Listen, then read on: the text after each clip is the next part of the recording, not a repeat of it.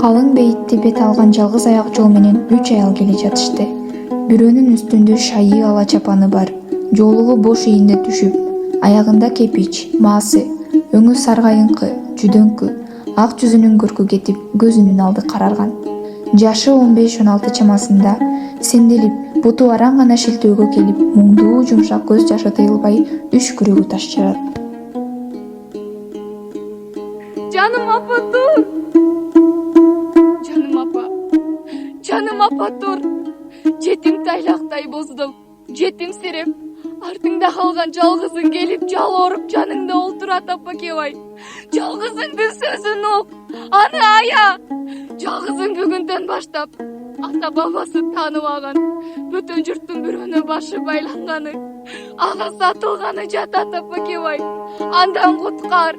Ал азапты көрсөтпө апа, ач койнуңду апа кебай. Сенин өлгөнүңө кайгырып, кан жутуп, сабыр кап, санаа тартып жүргөн кезимде багат көрөт деген тууганың мени ушул күнгө түшүрдү апа кебай.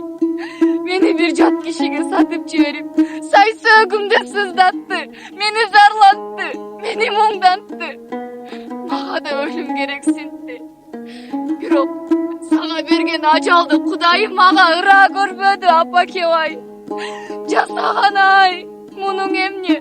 Анык бар болсоң, мени эмне көрбөдүң? Мени эмнеге көрбөдүң? Канткенде тең болгондо, тең туш болгондо, жаттыгына карабай, кыздын барар жери күйөө дегендей, мейли деп да коет элем. Бирок ал мен маркум атамдан да улуу киши экен апа. Ага канткенде барам. Кантип аны өмүрлүк жолдош кылам апа? Кимден кеңеш, кимден жардам сурайм? Менин көрөр жерим, таянар тоом, барар жерим, жашынар жерим сен элесиң апа. Бирок сен апа, сен жоксуң. Сен жоксуң апа кебай. Сен боору суук, кара жердин түбүндө түбөлүк уйкуда жатасың апа кебай.